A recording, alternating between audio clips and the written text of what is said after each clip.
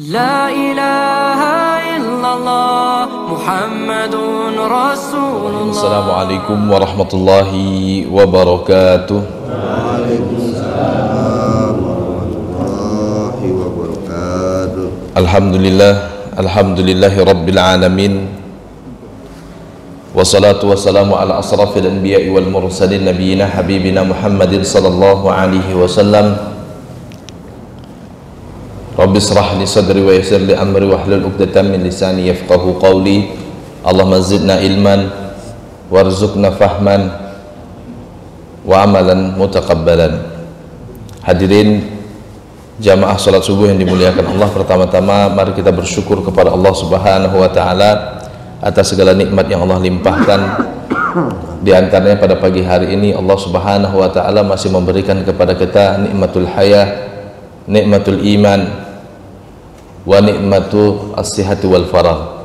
Pagi hari ini alhamdulillah kita masih diberikan nikmat kehidupan, nikmat iman, dan nikmat waktu luang untuk bisa mengerjakan sholat subuh berjamaah. Lalu kemudian kita lanjutkan dengan tafaqquh fid din. Rasulullah sallallahu alaihi wasallam mengajarkan kita pagi hari begitu kita bangun kita terkoneksi dengan Allah Subhanahu wa taala, bersyukur kepada Allah Subhanahu wa taala bahwa kita masih diberikan nikmat hidup. Rasulullah mengajarkan sebuah doa atau zikir setelah bangun subuh atau bangun, alhamdulillahilladzi ahyana ba'da amatana wa ilaihin nusur. Alhamdulillah, puji syukur kepada Allah Subhanahu wa taala yang telah menghidupkan kita ba'da amatana, setelah sebelumnya Allah Subhanahu wa taala mematikan kita. Artinya Nabi sallallahu alaihi wasallam menerjemahkan bahwa tidur kita itu termasuk kematian. Lalu kemudian ditafsirkan oleh para ulama dengan kematian kecil. Dan alhamdulillah hadirin yang dimuliakan Allah, begitu kita terbangun di pagi hari ini atau di waktu subuh ini, Allah Subhanahu wa taala masih memberikan kita nikmat hidup sehingga kita bisa mengerjakan sholat subuh berjamaah, bagian dari rasa syukur kepada Allah. Nah, selanjutnya hadirin yang dimuliakan Allah, tema kita ini seputar hukum interaksi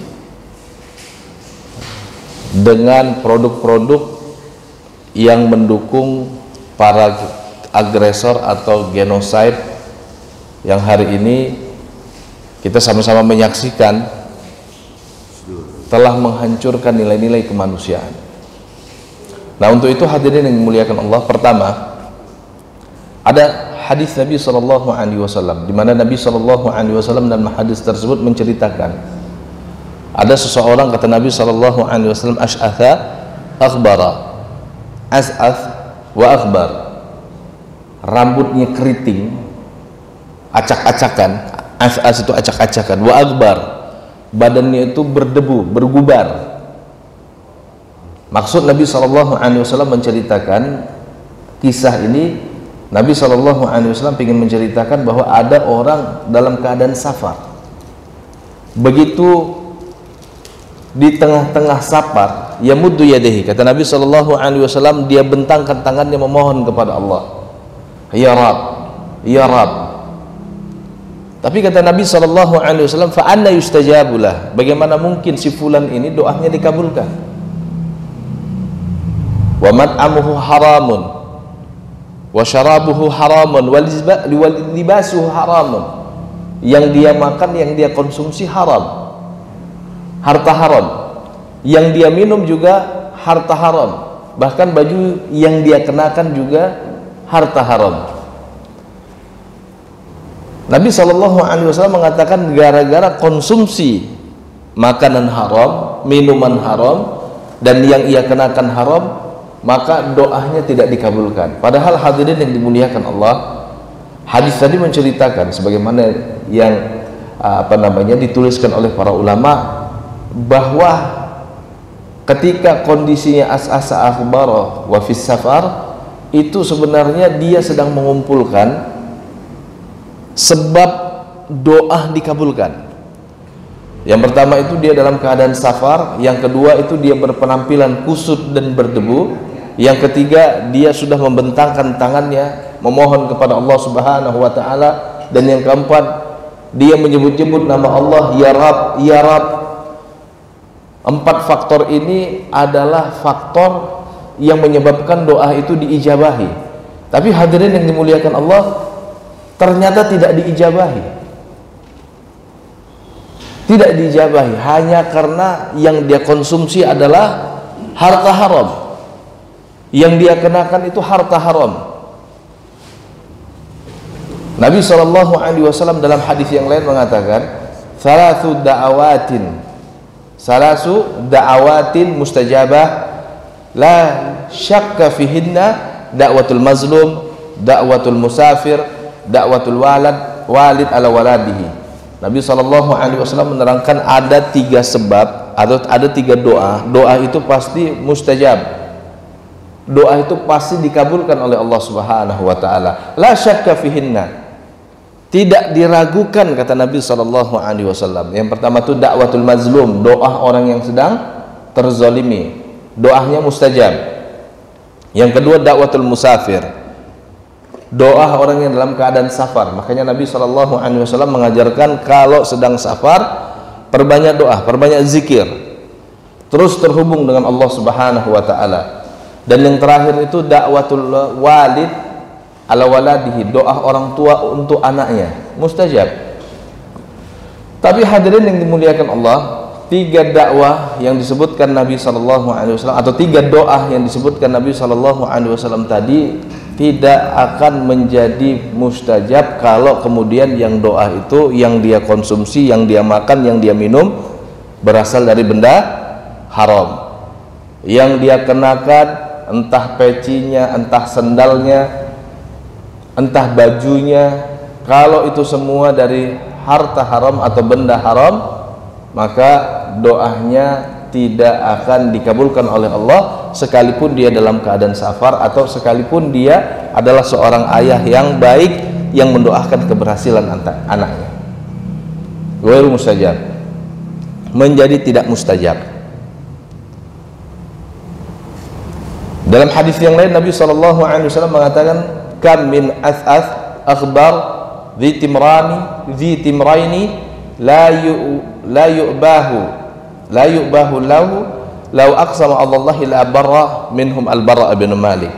Jadi kata Nabi SAW, betapa banyak itu orang yang as-as, rambutnya acak-acakan, akhbar, badannya berdebu, dia kalau doa la barra, pasti doanya akan dikabulkan oleh Allah Subhanahu wa taala. Di antaranya adalah sahabat Anas bin Malik, Al-Bara' bin Malik, saudara dari Anas bin Malik. Al-Bara' bin Malik ini orangnya itu as'ath, orangnya itu apa namanya, bukan parlente. Makanya pernah dia diminta oleh para sahabat untuk doa dalam perang Qadisiyah atau perang Yarmuk atau perang apa tuh ya, ketika beliau itu syahid melawan Persia. Waktu itu sulit sekali menembus barikade atau menembus pasukan Persia. Maka para sahabat kemudian datang kepada Al-Bara' bin Malik, minta kepada Al-Bara' bin Malik untuk berdoa kepada Allah agar dimenangkan. Al-Bara' bin Malik doa, plus ketika itu dia doa kepada Allah agar dia diberi nikmatus syahadah, diberikan kesyahidan, dan Allah Subhanahu wa taala kabulkan 2 doanya itu. Kaum muslimin dimenangkan melawan Persia dalam perang tersebut, dan pada saat yang sama dia mendapatkan nikmatus syahadah. Waktu itu Persia menggunakan strategi kail pancing. Jadi yang dekat dengan benteng mereka itu kena kail, itu kailnya gede dan panas. Waktu itu kail tersebut mengenai bagian tulang rusuknya sehingga gosong tuh bagian tulang rusuknya, dan karena itulah kemudian beliau mendapatkan kesyahidan. Nah, ini pun hadirin yang dimuliakan Allah mesti dikaitkan dengan hadis yang awal tadi. Kalau ada orang udah acak-acakan rambutnya, badannya berdebu, udah sedih banget deh, sedih banget. Tapi kalau yang dia makan benda haram, yang dia konsumsi benda haram, yang dia kenakan benda haram, atau kemarin ketika Jumatan sendal dia ambil sendal orang dengan prinsip ambil yang baik-baik, tinggalkan yang buruk-buruk. Jadi sendalnya yang buruk ditinggalin, sendal jamaah yang lain yang bagus diambil. Kemudian setelah itu berdoa kepada Allah Subhanahu wa taala, ma yustajab, doanya tidak akan dikabulkan oleh Allah Subhanahu wa taala. Begitu juga hadirin yang dimuliakan Allah, Nabi SAW mengatakan, inna rabbakum tabaraka wa ta'ala hayyun karimun yastahyi min abdihi idza rafa yadayhi ilayhi ayaruddahuma sifra. Allah Subhanahu wa taala itu adalah Rabb kalian, Tuhan kalian tabaraka wa taala. Dia adalah ilahun hayyun, ilahun karimun. Rabb kalian, Tuhan kalian itu yastahyi, malu dari hambanya kalau hambanya itu rafa yadayhi, kalau hambanya itu mengangkat dua tangannya ke langit memohon-mohon kepada Allah Subhanahu wa taala, ayaruddahuma sifra. Allah Subhanahu wa taala mengembalikan kedua tangannya dalam keadaan kosong. Allah malu. Artinya apa? Ini menjadi sebab doa seseorang mustajab. Tapi masih dikaitkan dengan hadis yang tadi. Kalau udah ngangkat tangan setinggi-tingginya, kemudian sudah pakai nangis-nangis, pakai memuji-muji Allah Subhanahu wa taala, seluruh al-asma al-husna sudah disampaikan, namun makanannya haram, yang ia kenakan haram, ma yustajab, doanya tetap tidak akan dikabulkan. Maka dari sini hadirin yang dimuliakan Allah, hadis-hadis tadi yang kita bacakan itu kesimpulannya satu. Kalau kita lihat nanti dalam kitabul muamalat, buku muamalah atau kitab-kitab fikih yang berbicara tentang muamalah, bahwa hadis-hadis tersebut memberikan pengertian kepada kita betapa pentingnya mengkonsumsi atau menggunakan harta halal, dan betapa bahayanya kalau kemudian yang kita kenakan, yang kita makan atau yang kita minum atau yang kita konsumsi ternyata dari harta haram. Harta haram di sini hadirin yang dimuliakan Allah bukan hanya sekedar bahwa secara zati atau secara bendanya itu haram, enggak. Makanya nanti kalau kita lihat dalam kitab-kitab fikih itu, sesuatu itu haram paling enggak dua sebabnya. Pertama, secara zat dia haram, dan ini sebetulnya tidak banyak. Di antaranya adalah apa yang Allah Subhanahu wa taala sampaikan dalam suratul Maidah, bahwa Allah Subhanahu wa taala mengharamkan yang pertama darah, bangkai, apa lagi? Lahmul hinzir wa ma uhilla li ghairillahi bih, sesuatu yang disembelih untuk selain Allah, atau ketika penyembelihannya tidak mengucapkan nama Allah. Itu yang diharamkan secara zat. Tambahkan lagi kalau ternyata secara zat benda yang kita konsumsi itu berbahaya. Namun ada sebab harta itu menjadi harta haram, dan itu lebih banyak, yaitu proses kita mendapatkan harta tersebut. Mungkin bendanya secara zat enggak haram, tapi kalau kemudian kita menggunakan atau kita mendapatkan harta tersebut dari proses muamalah yang tidak dibenarkan secara syariat, maka yang sesuatu tadi kita sebutkan zatnya baik bisa menjadi haram. Misalnya apa? Misalnya kalau ada dagingnya kita peroleh melalui cara mencuri, haram gitu, atau melalui cara menipu, haram. Apakah daging tersebut secara zat haram? La, wallahi enggak. Tapi daging tersebut menjadi haram karena proses mendapatkannya. Nah, hadirin yang dimuliakan Allah, hal ini saya sampaikan karena memang kalau berbicara tentang muamalah yang diharamkan menurut syariat, muqaddimahnya masih seperti ini. Begitu. Dimulai dari kenapa kita penting mempelajari muamalah-muamalah yang diharamkan, atau kenapa kita penting mengajari fikih muamalah, yaitu tadi agar jangan sampai kita mengkonsumsi benda yang diharamkan. Mungkin secara zati atau secara fisik dia tidak haram, tapi ternyata karena proses mendapatkannya itu loh gitu. Nah, di sini hadirin yang dimuliakan Allah, karena kita berbicara tentang boikot. Dan memang ada fatwa dari Majelis Ulama. Majelis Ulama itu mengeluarkan fatwa menghimbau kepada kaum muslimin untuk melakukan boikot terhadap benda-benda atau komoditas tertentu yang digunakan oleh negara genosid untuk menjadi pendapatan bagi mereka. Dan tentunya boikot ini sebenarnya fungsinya itu ad-dukhud, begitu, untuk menekan agar mereka menghentikan kejahatan mereka, gitu. Karena kita mungkin yang bisa kita lakukan saat ini itu, hadirin yang dimuliakan Allah. Mungkin kita nggak bisa berharap lebih, gitu, misalnya memaksa pemerintahan Indonesia untuk melakukan intervensi militer, begitu. Walaupun rumah sakit Indonesia di sana kan sudah dihancurkan oleh negara genosid, dalam hal ini Israel, tapi kan kita nggak bisa mendorong negara kita berperang di sana karena satu dan berbagai hal, begitu ya.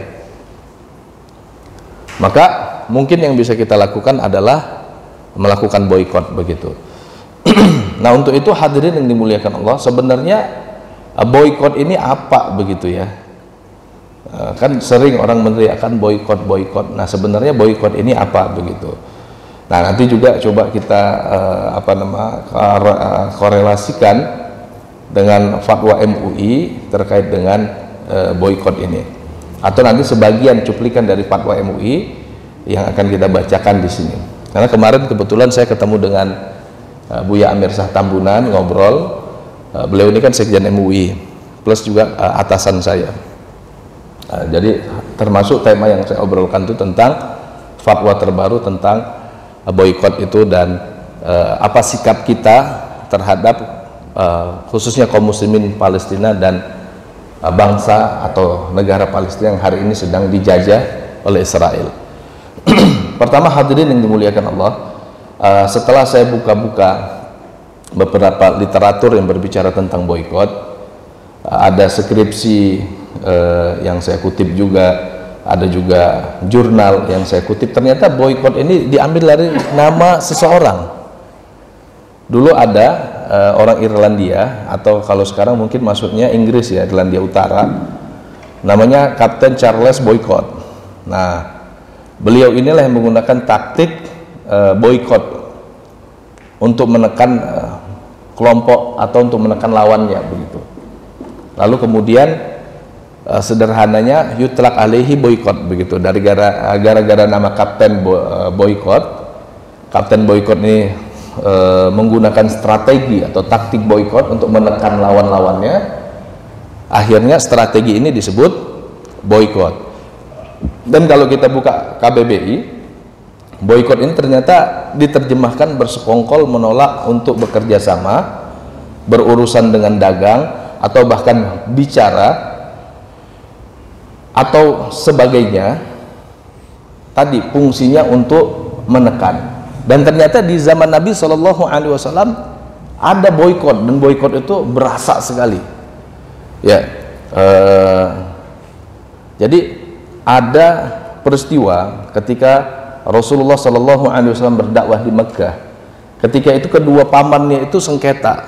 Pamannya yang satu, Abu Lahab, itu kan melakukan permusuhan yang luar biasa. Bukan hanya Abu Lahab secara pribadi, tapi Abu Lahab dan keluarganya, sehingga keluarga Abu Lahab ini diangkat kisahnya oleh Allah Subhanahu wa taala dalam suratul Lahab. Bismillah.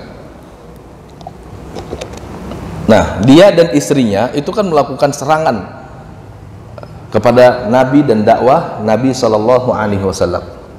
Sehingga suatu hari ketika Nabi SAW diriwayatkan mengumpulkan orang-orang Arab, diriwayatkan ketika itu Nabi SAW berdiri di Bukit Sofa. Kemudian Nabi SAW mengatakan, ya ma'syaral Arab, wahai orang-orang Arab, apa pendapat kalian? Lau haddatsukum, kalau saya katakan kepada kalian, annal adu, bahwa musuh, qad musbahakum aw mumsakum, kalau musuh itu sekarang sudah berkumpul di waktu pagi ini atau akan berkumpul di waktu sore. Akuntum tusaddiquni, kalian kira-kira percaya nggak dengan apa yang aku sampaikan ini? Karena Nabi SAW adalah orang yang dikenal jujur, sehingga belum mendapatkan gelar Al-Amin ketika itu, orang yang dapat dipercaya. Maka orang-orang Arab kemudian mengatakan, iya kita percaya bahwa musuh sedang mengepung kita. Oke, kemudian kata Nabi SAW,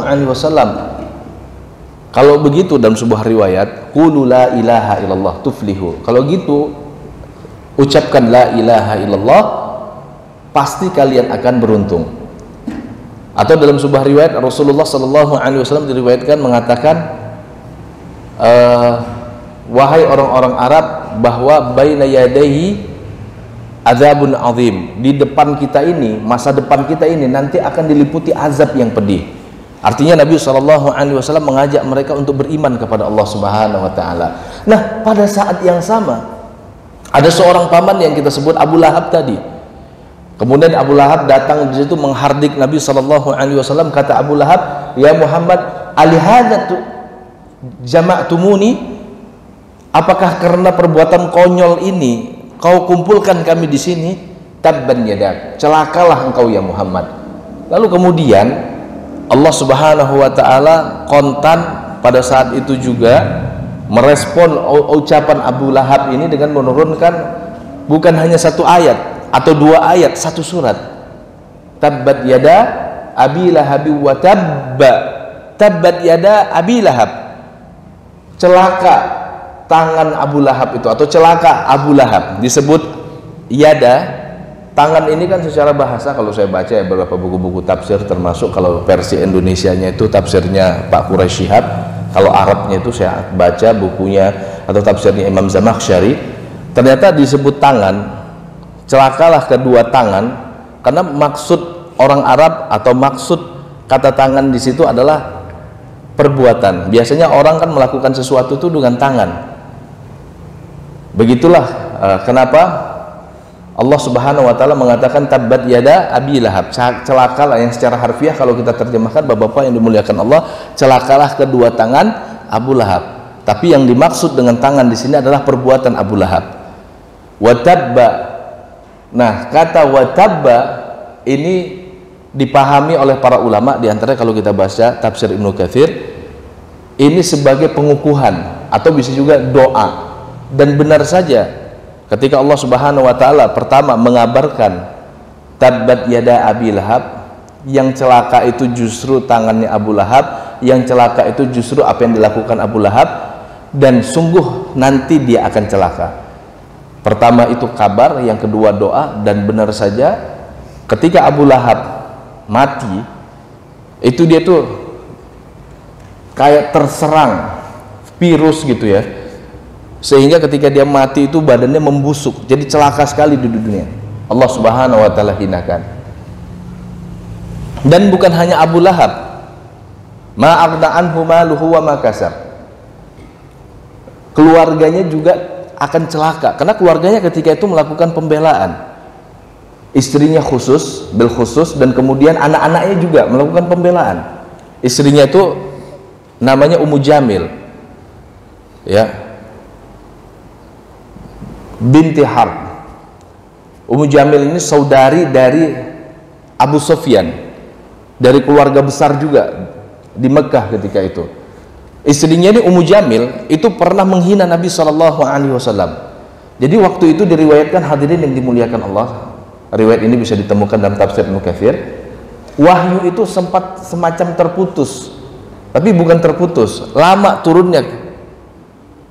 Karena lama turunnya, Ummu Jamil karena bertetangga dengan Rasulullah SAW, dia menyadari bahwa wahyu itu semacam terputus atau lama turunnya.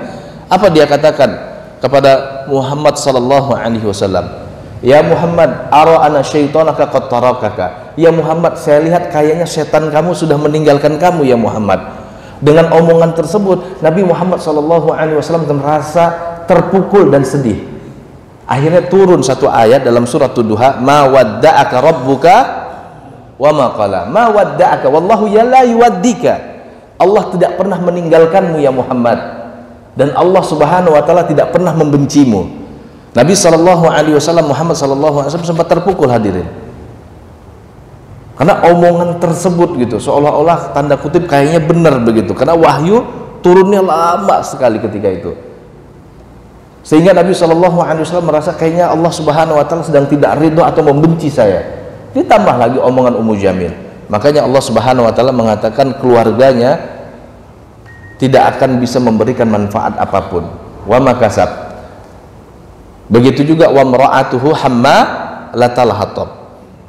Istrinya ini nanti di akhirat justru dia akan menjadi orang yang membawa kayu bakar.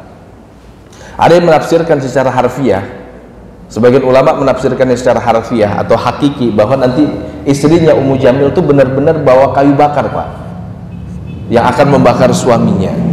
Ada yang menafsirkan secara majazi, bahwa yang dimaksud kayu bakar di sini kan istrinya itu provokatif gitu. Karena dalam bahasa Arab kayu bakar itu artinya menyalakan permusuhan. Alah, kalau bahasa kita kompor namanya. Ya kan, kita kan sering ngomong mulutnya kompor gitu. Padahal kompor secara hakiki ya kompor begitu, kompor gas. Ya kan? Tapi sering kita gunakan untuk menyebutkan kalau si fulan itu suka menyalakan permusuhan gitu.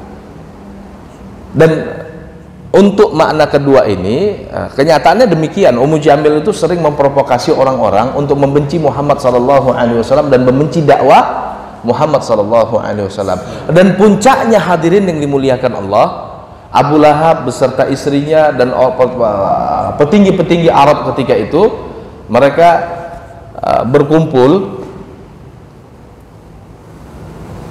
dan kemudian mereka merumuskan apa yang mereka bisa lakukan untuk menekan Bani Hashim, Bani Abdul Muttalib, Bani Abdul Manaf, keluarga Nabi SAW. Karena Muhammad SAW ketika itu, hadirin yang dimuliakan Allah, ketika mau disakiti atau mau dibunuh sama mereka, yang mengcover Muhammad SAW adalah Abu Talib.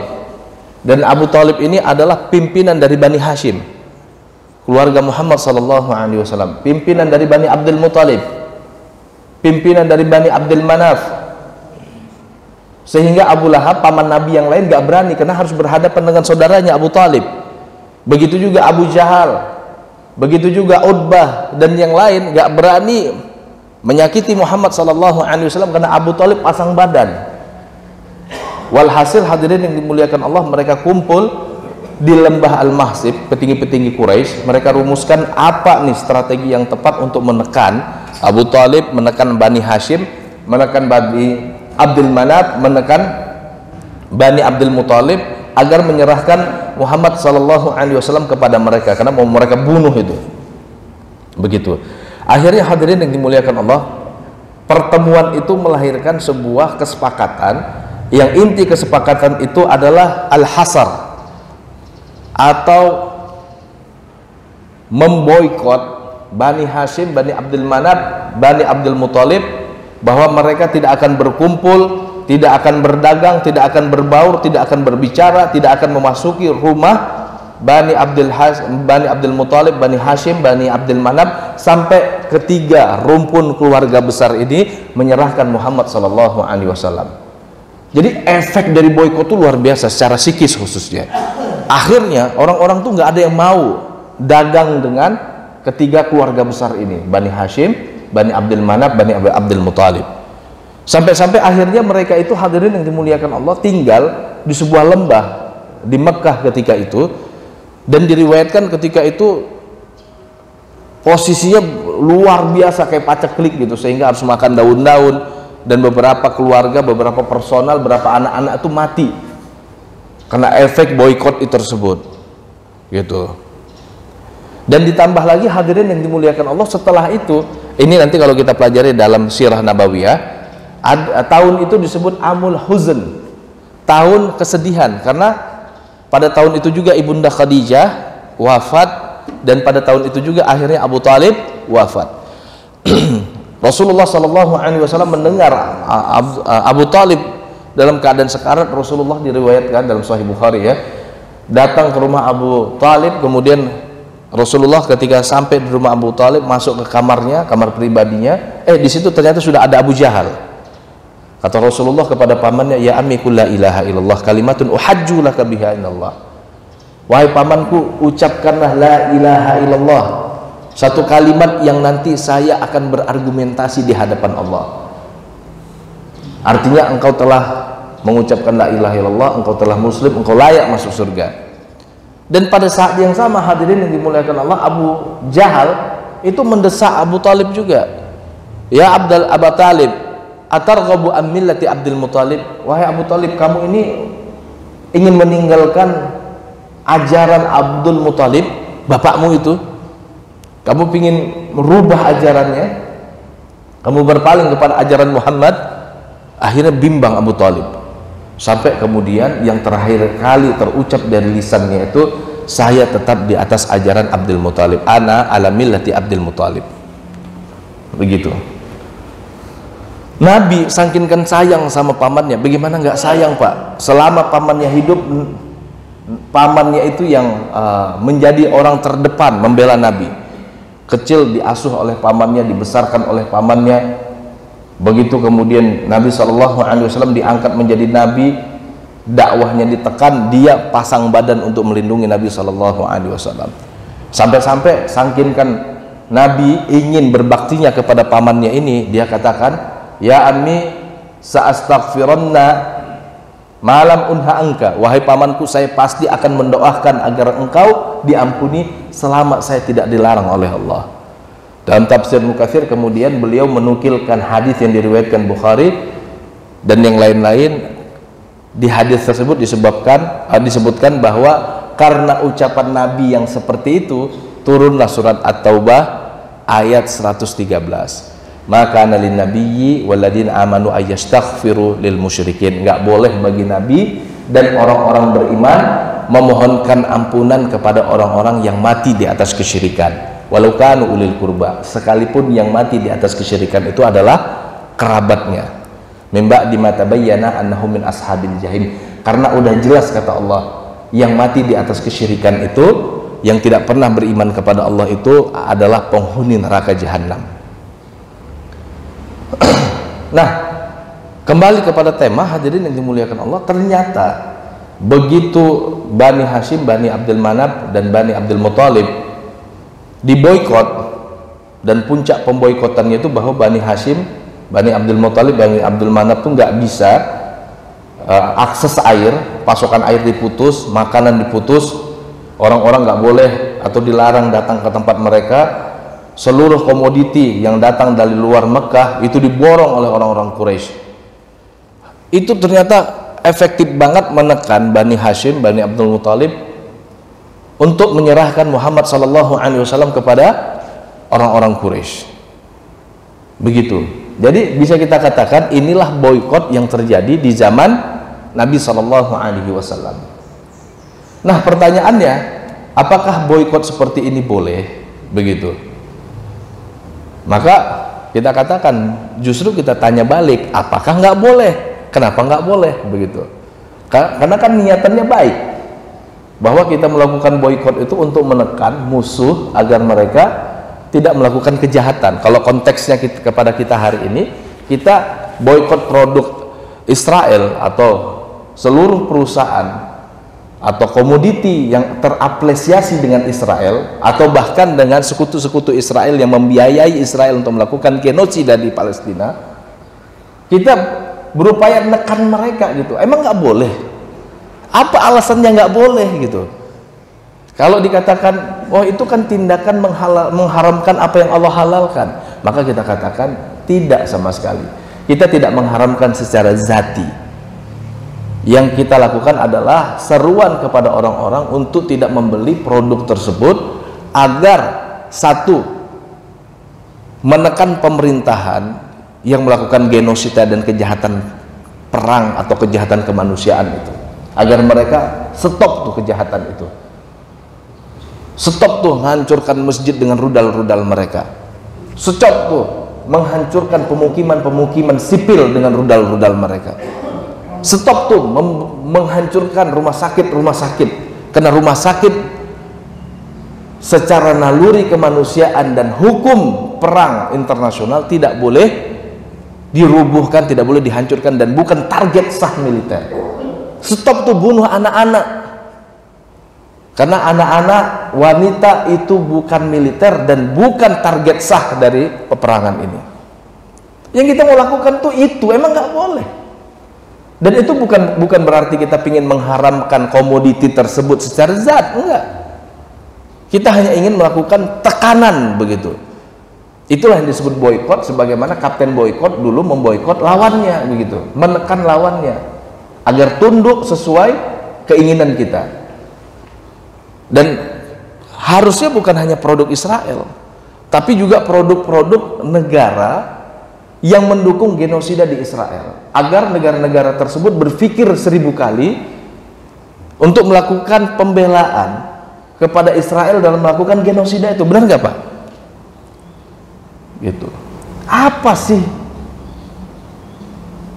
yang menyebabkan negara-negara itu kehilangan nurani begitu? Amerika misalnya, warganya belum pernah Pak protes dan terbelah seperti peristiwa hari ini.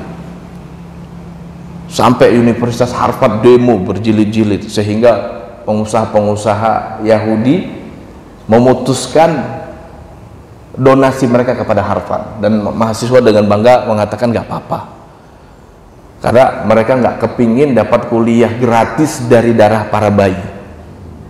Bahkan di Amerika itu kerennya sekali, kalau ada orang sedang mau ke belanja di produk-produk yang tadi mendukung genosida, lalu di stop oleh masyarakat Amerika yang lain, kemudian dikasih pemahaman, kamu mau beli barang ini, padahal barang ini mendukung genosida loh, kamu mau bahwa duit yang kau miliki itu nanti akan dipakai untuk genosida, kamu mau minum darah para bayi itu, kamu mau minum darah anak-anak itu.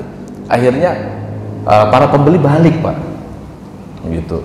Dan itu pukulan yang luar biasa, belum pernah pukulan itu diberikan kepada Israel.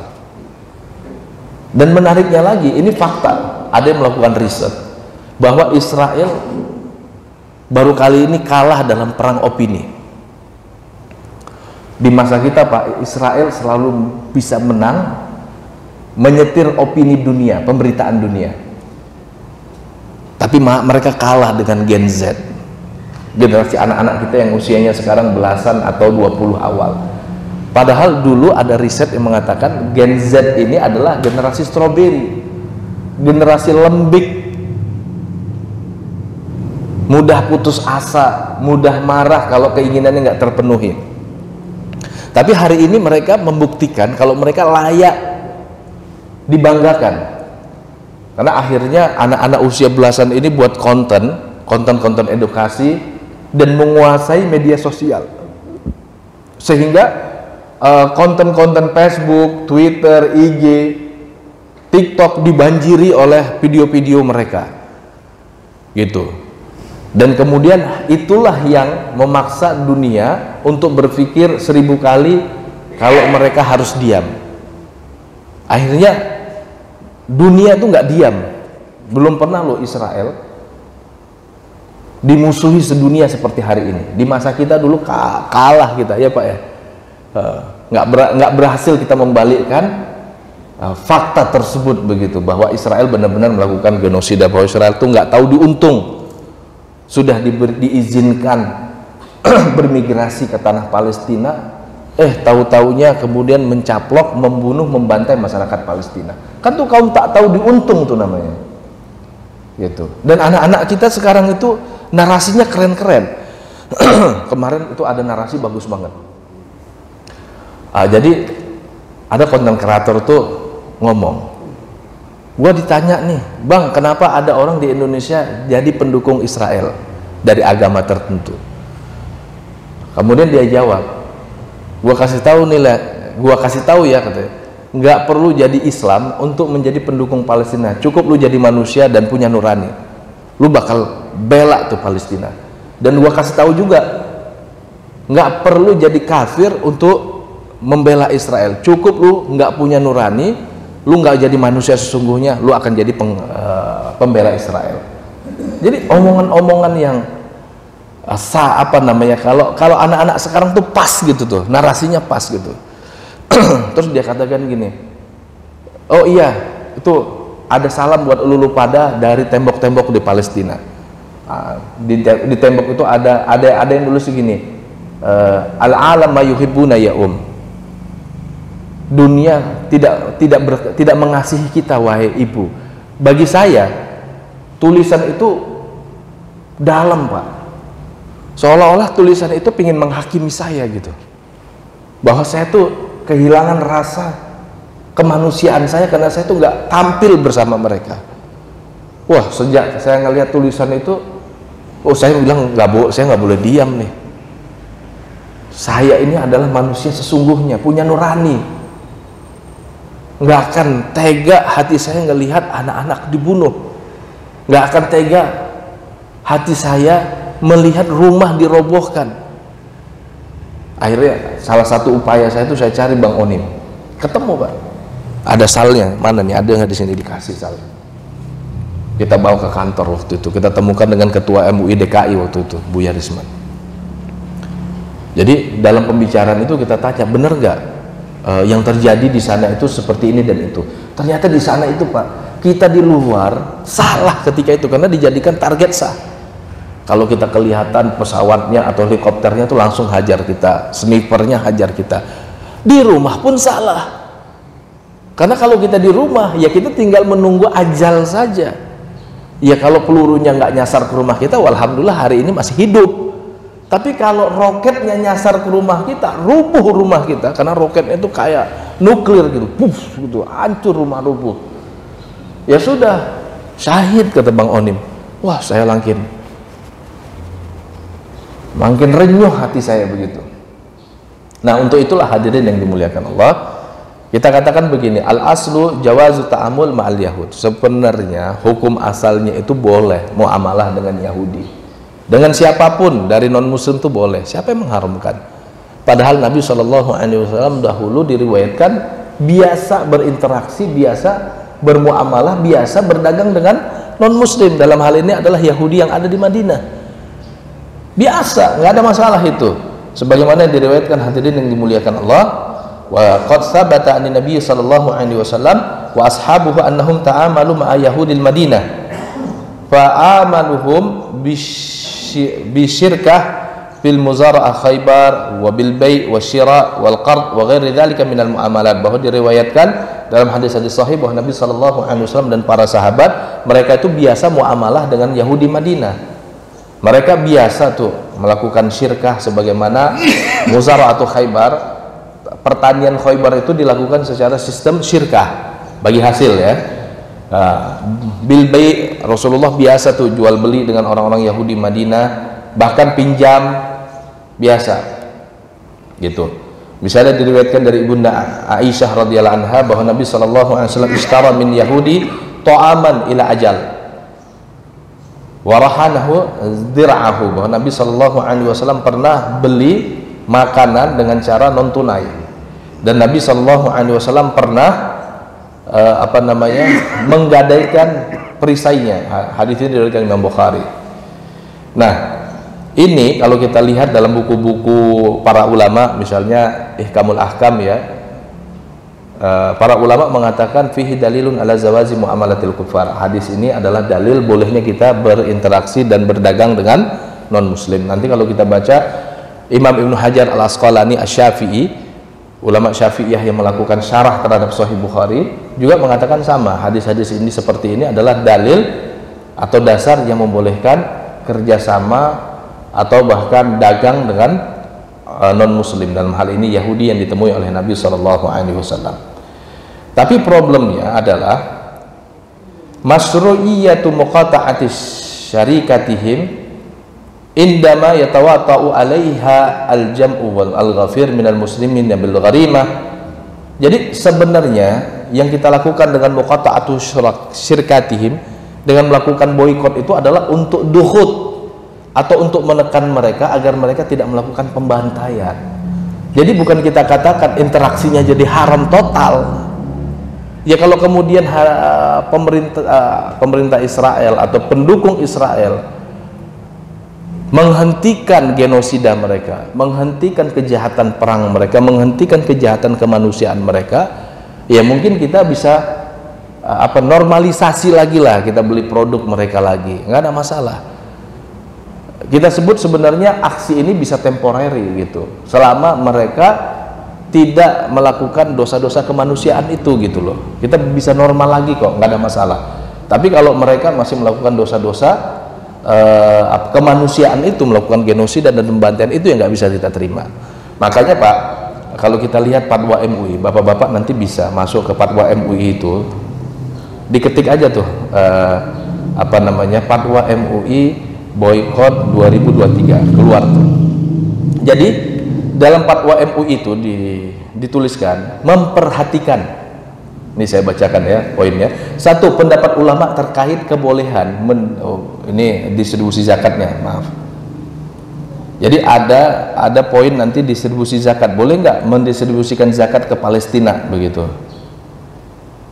Boleh begitu. Makanya kemarin Basnas dan Majelis Ulama itu kan datang ke Mesir, bawa duit miliaran, diantaranya dana sedekah, diantaranya dana zakat untuk didistribusikan kepada kaum muslimin Palestina khususnya. Bahkan penikmat dari harta zakat kita itu bukan hanya kaum muslimin Palestina. Misalnya ketika kita bangun tenda atau bangun rumah sakit, atau ketika buat makanan bagi para pengungsi, non muslim juga mendapatkan manfaat itu gitu loh. Makanya orang-orang Kristen itu di Palestina itu suka cita loh gitu, bahwa kok bisa ya orang-orang muslim dari Indonesia, orang-orang muslim dari Malaysia, dari Pakistan distribusikan makanan dan bantuan untuk mereka pada saat yang sama komunitas mereka itu tidak bergerak gitu loh, gitu.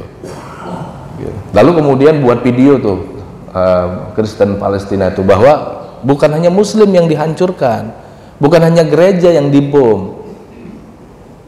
Gereja-gereja kita yang usianya udah ratusan tahun juga dihancurkan, kita juga dibom begitu.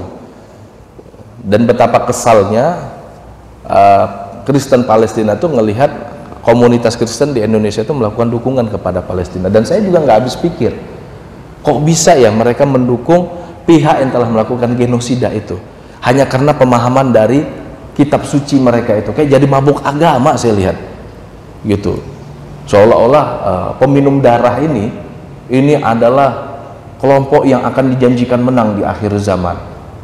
Dan itu dinarasikan itu, bapak-bapak bisa cari itu di internet, khutbah-khutbah mereka yang mengatakan bahwa nanti dengan ini akan lahir kerajaan Kristus begitu, dan kelompok atau negara yang antikris akan musnah. Wah, saya berpikir harusnya ini pemerintahan, dalam hal ini Polri, ini harus menindak kelompok seperti ini. Artinya kan dia ingin mengatakan nanti kalau dia berdiri, Indonesia kalau nggak mau ikut musnah, iya nggak? Kenapa hanya Hizbut Tahrir yang dituduh sebagai anti negara nasionalis di Indonesia? Kenapa ini kelompok begini dibiarin nih? Udah jelas-jelas ngomong kok bahwa berkumpulnya Bani Israel sebagai langkah awal turunnya Mesias. Begitu Mesias nanti turun, akan lahir kerajaan Tuhan. Semua kelompok, semua negara yang anti Christ musnah.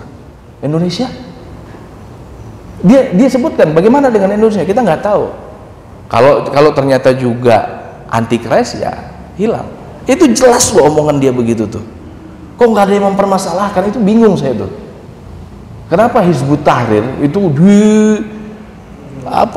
diburu sampai ke lubang semut, diburu sampai ke lubang biawak sekalipun diburu.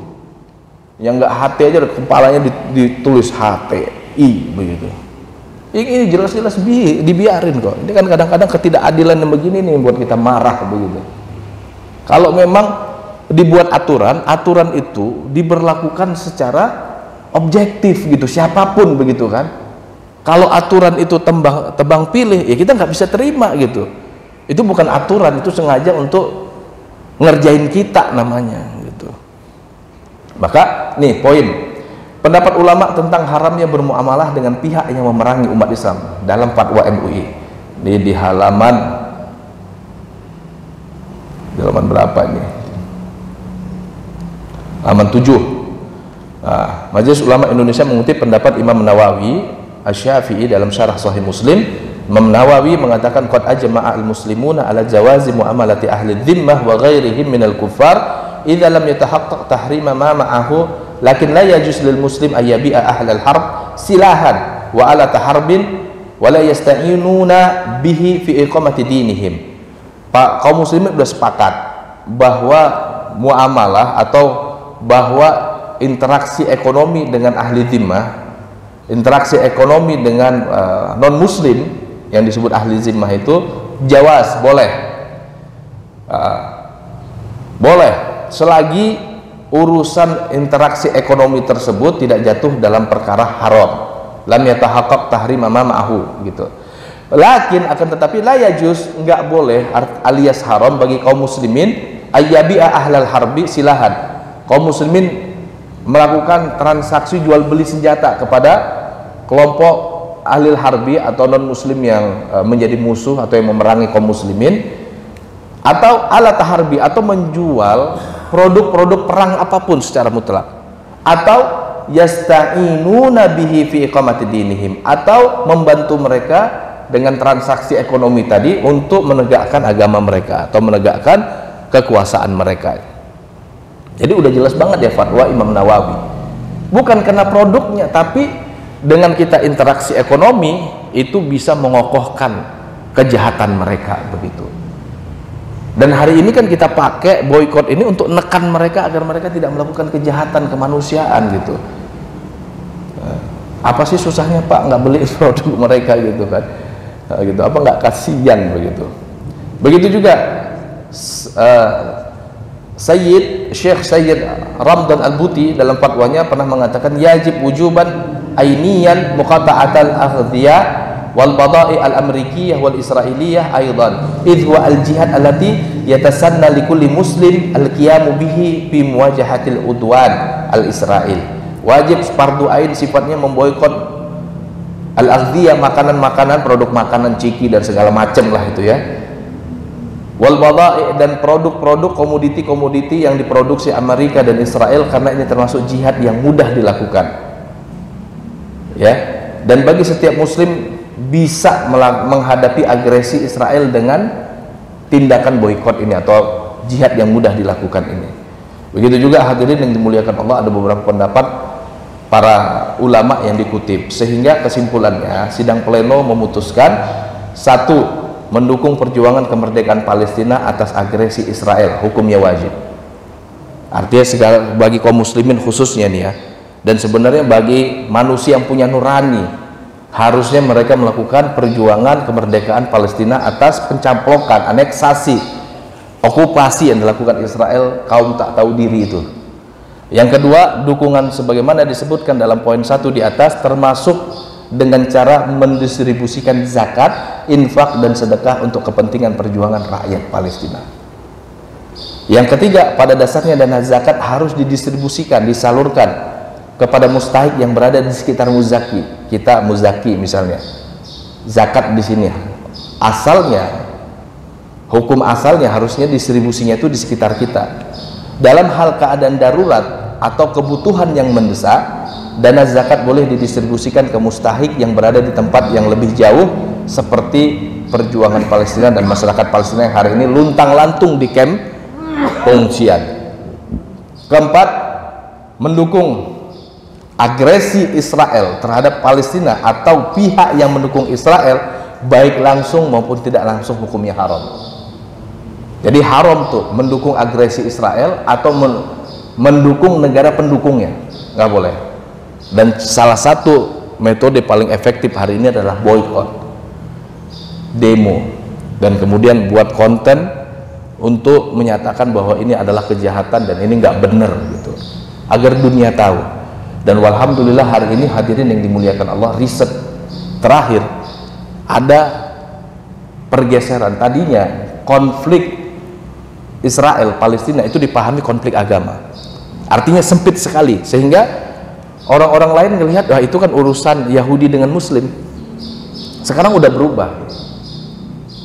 Sekarang bukan konflik agama tanda kutip, tapi konflik Israel Yahudi melawan dunia secara keseluruhan. Maka kita nggak boleh diam, kita harus bersuara.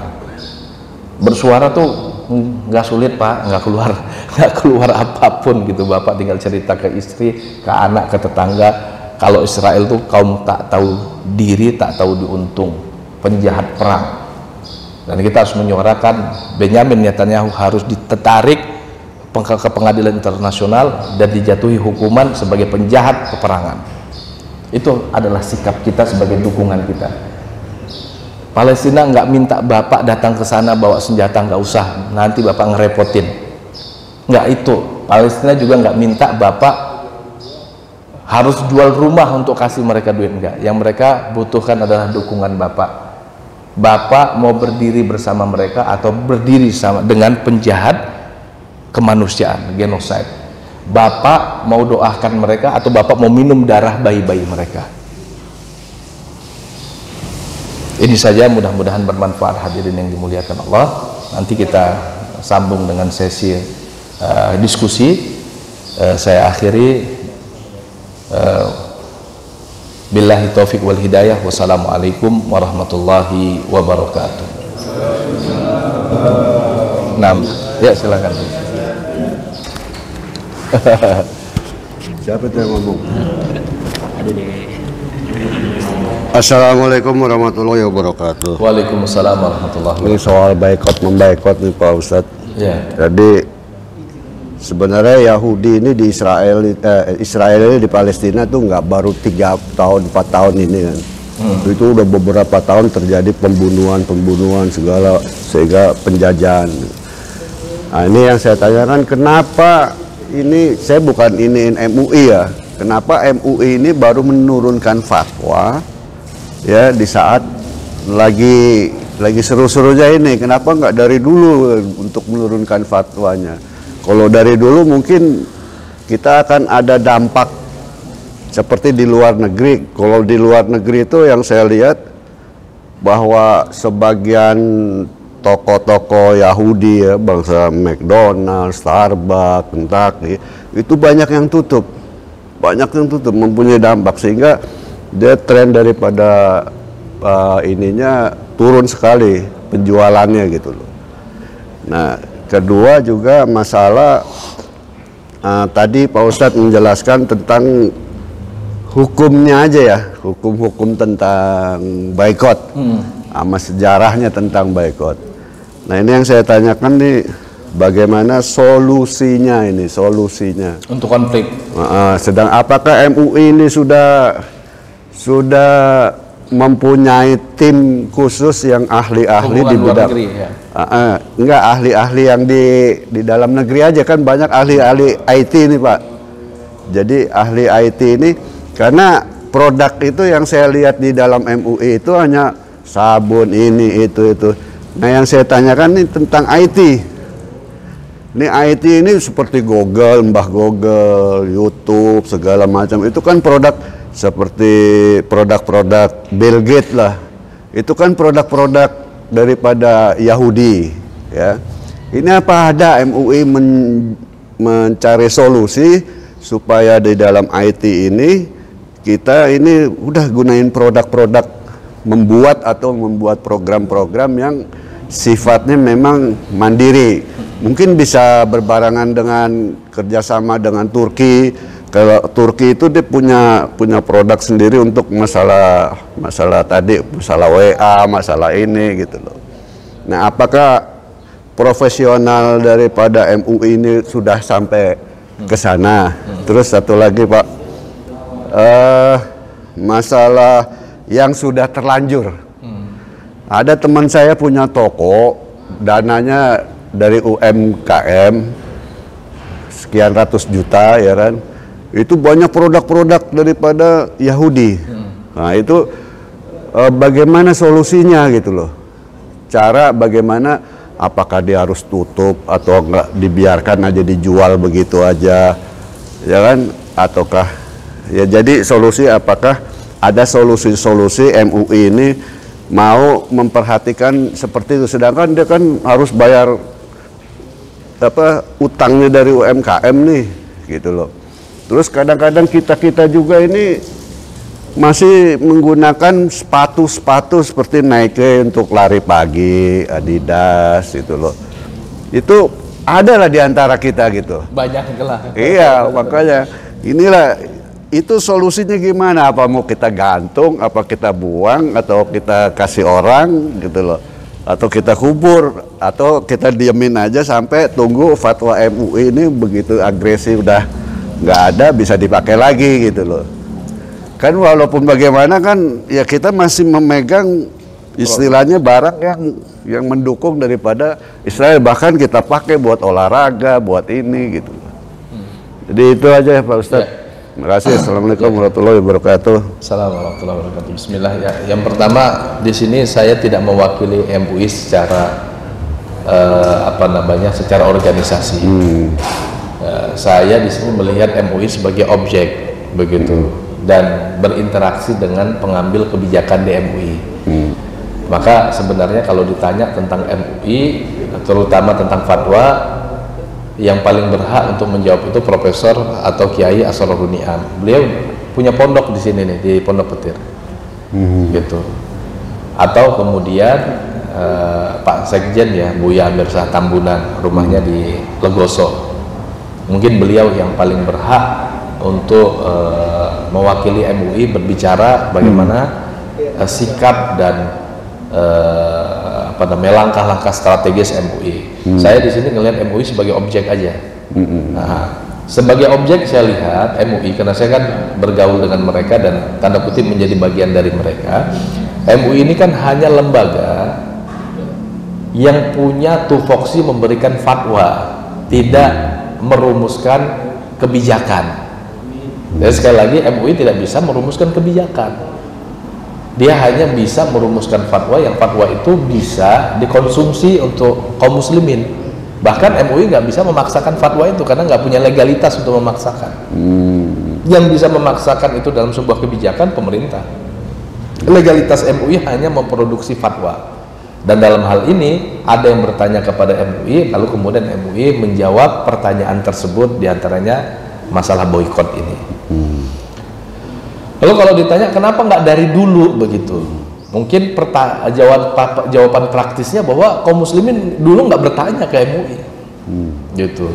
Mungkin waktu itu MUI belum dilirik oleh kaum muslimin gitu ya, sebagai sebuah lembaga yang memiliki otoritas mengeluarkan fatwa dan hal tersebut strategis gitu. Karena bagaimanapun masyarakat awam ini tidak berpegang kepada fatwa personal, misalnya tokoh Ustaz Abdul Somad, ya, Ustaz Adi Hidayat, Ustaz Dasat.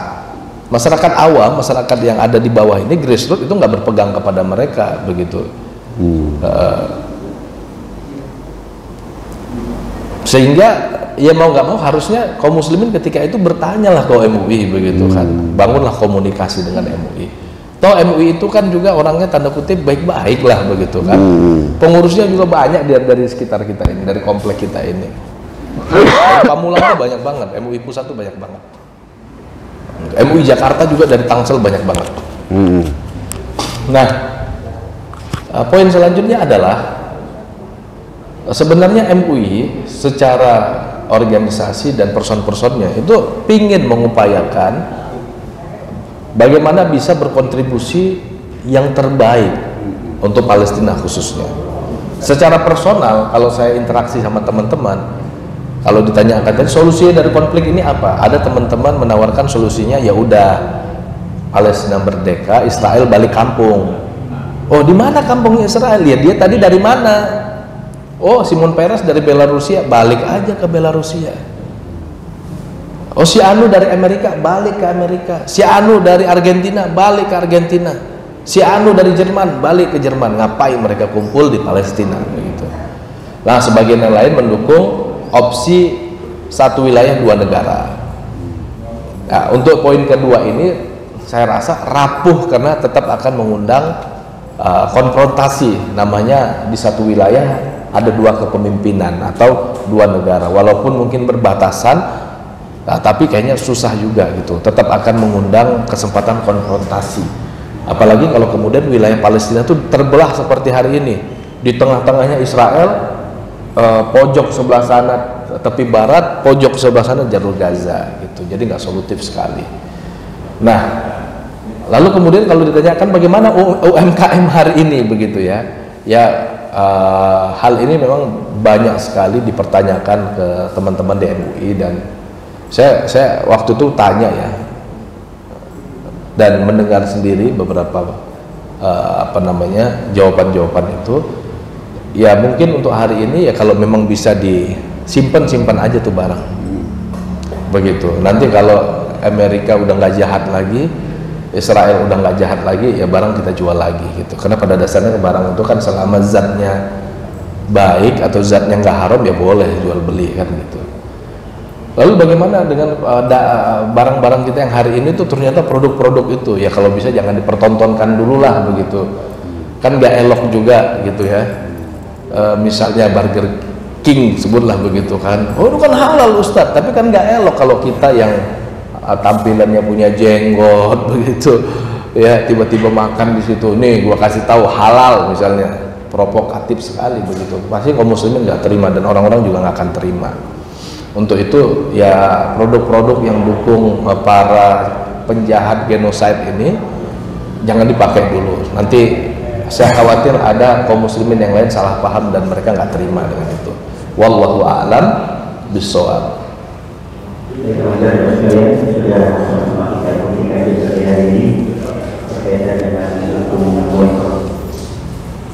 kasih.